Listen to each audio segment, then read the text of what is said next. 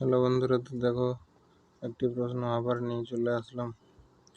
তো প্রশ্নটিতে কি বলা হয়েছে, একটি 12 মিটার দীর্ঘ রডকে 25টি সমান টুকরোতে কাটা হলে প্রত্যেক টুকরোর দৈর্ঘ্য হবে কত?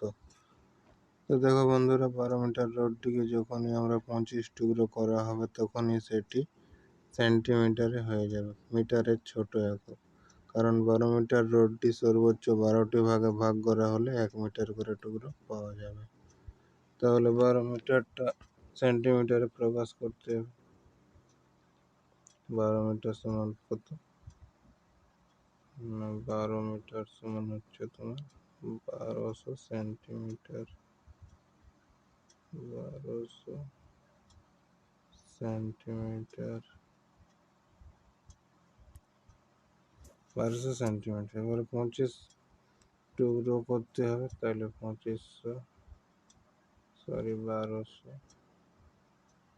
বাই 25 কাটাকাটি করলে হচ্ছে তোমার 48 সমান 48 সেন্টিমিটার হবে তোমার প্রত্যেক টুকরো দৈর্ঘ্য। অ্যান্সার ঠিক।